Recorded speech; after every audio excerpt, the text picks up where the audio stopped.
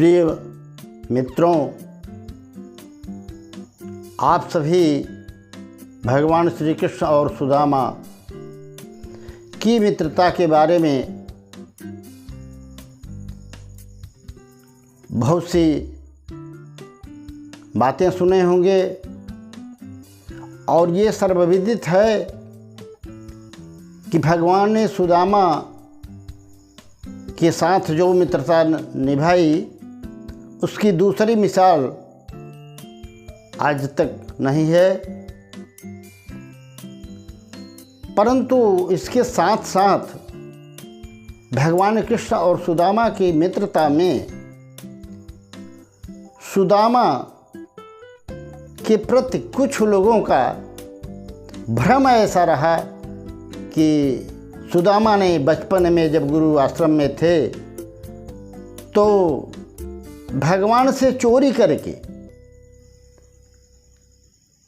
कृष्ण के हिस्से के चने भी खा गए थे। मित्रों, आज हम उसी भ्रम को तोड़ना चाहते हैं कि वास्तविकता क्या है थी और क्यों सुदामा जी ने वो चने अकेले खाए, कृष्ण को नहीं दिया। क्या उन्होंने भगवान कृष्ण के साथ, अपने मित्र के साथ धोखा किया अथवा कोई और बात थी? आइए हम इस प्रसंग पर चलें। बात ऐसी थी, भगवान श्री कृष्ण और सुदामा जी संदीपनी मुनि के आश्रम में दीक्षा शिक्षा ग्रहण कर रहे थे और साथ साथ रह रहे थे।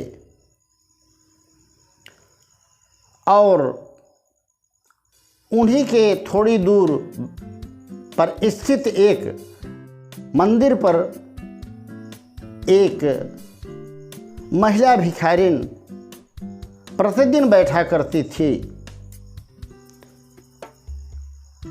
और वह भिखारिन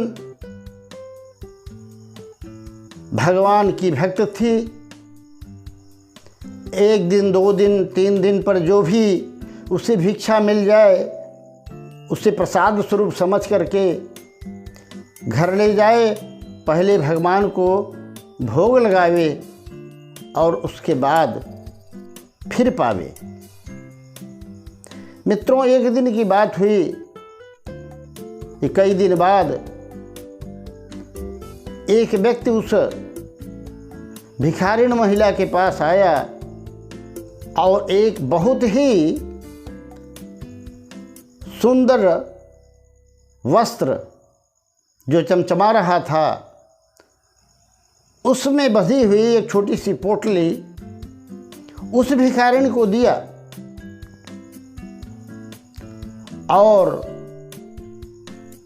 उस भिखारी ने देखा तो उसमें चने थे। वह शाम हो चली थी, इसलिए चने लेकर के घर चली आई और सोची कि अब तो रात हो गई है, इस चने को रख देती हूँ, सुबह इसका सतुआ बना करके भगवान को भोग लगाऊंगी, भगवान प्रेम से पाएंगे, उसके बाद हम भिक्षा ग्रहण करेंगे। ऐसा सोच करके उस बुढ़िया ने अपनी टूटी फूटी झोपड़ी में एक जगह उस चने को रख दिया और रख करके भगवान का स्मरण करते हुए सोने लगी। इधर कुछ चोर थे जो बुढ़िया को वह पोटली लेकर जाते हुए देखा था। अब चूंकि नया वस्त्र चमकता हुआ उसमें जो वस्तु बंधी होगी तो चोरों को लगा इसमें ज़रूर हीरे मोती जवाहरात होंगे और उन्होंने प्लान बनाया कि बुढ़िया की इस पोटली को चुरा लिया जाए।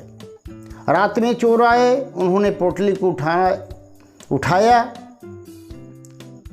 लेकिन खटपट होते ही उस भिखारिन की आंख खुल गई। उसने शोर मचाना शुरू किया। अब चोर पोटली को लेकर भागे। गांव वालों ने भी शोर मचाना शुरू किया। चोर डरने लगे। उन्होंने सोचा मन में कि अगर आगे जाएंगे तो राजा के सिपाही होते हैं, वो पकड़ लेंगे और हमें जेल होगा। ऐसा सोचकर उन लोगों ने उस पोटली को संदीपनी महाराज के आश्रम में फेंक करके भाग गए। रात की बात थी, किसी को कुछ पता नहीं चला। सुबह जब गुरु माता अपने घर को बुहारने लगी और द्वार पर आई, तो वहाँ उन्होंने सफाई करते समय एक पोटली को देखा। उन्होंने कोई विचार नहीं किया, सोचा शायद गुरुजी कहीं से लाए होंगे, रख दिए होंगे, चलो रख देती हूँ, ये चने बच्चों को ये काम में आ जाएंगे। उधर उस बुढ़िया ने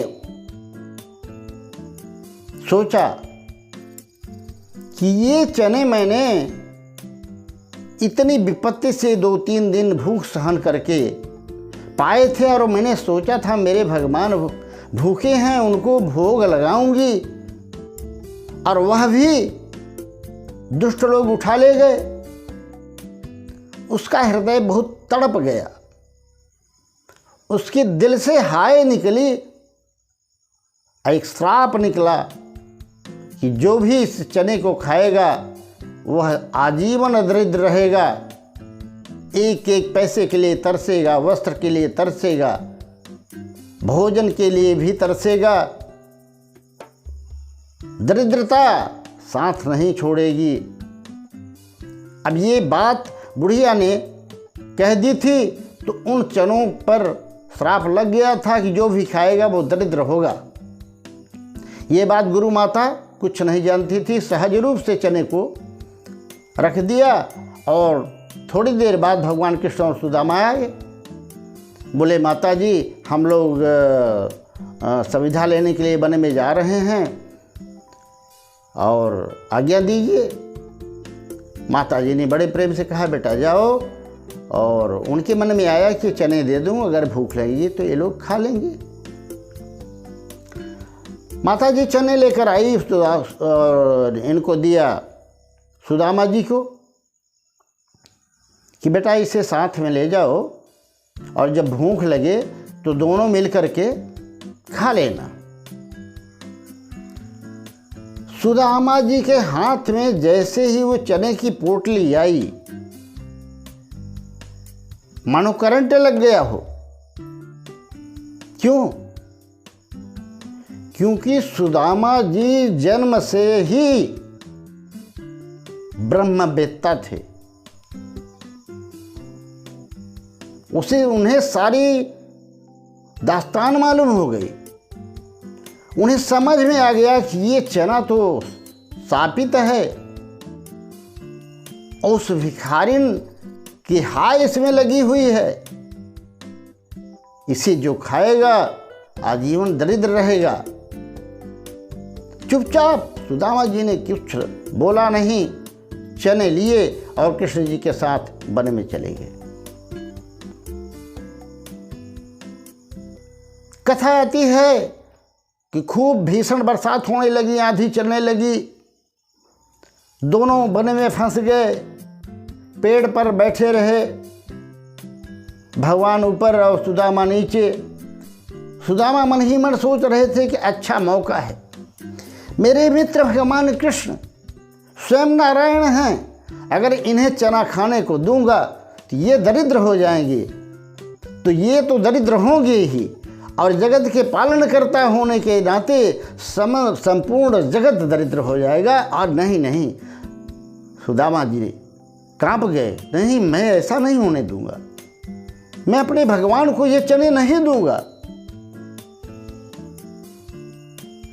सुदामा जी ने ऐसा सोच करके धीरे धीरे सारे चने खा गए और भगवान कृष्ण को नहीं दिए, जिसका परिणाम ये हुआ कि सुदामा जी आजन्म दरिद्र रहे, परंतु किसी से कुछ भी नहीं कहा। लोगों को भ्रम होता है सुदामा जी ने भगवान के साथ धोखा किया, मित्र के साथ धोखा किया, उनके हिस्से का चना खाया, परंतु यह क्या, यह तो सुदामा का महान त्याग था।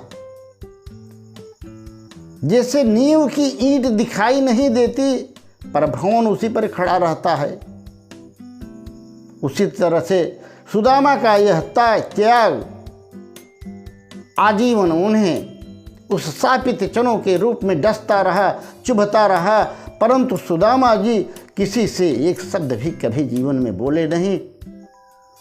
मित्रों, आशा है आप लोगों को इस कहानी से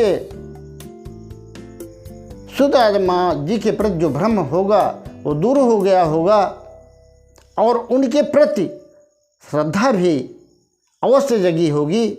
वीडियो अच्छा लगा हो तो मित्रों सब्सक्राइब कर देना, लाइक कर देना एवं शेयर अवश्य कर देना। प्रेम से बोलिए राधे राधे, जय श्री कृष्ण।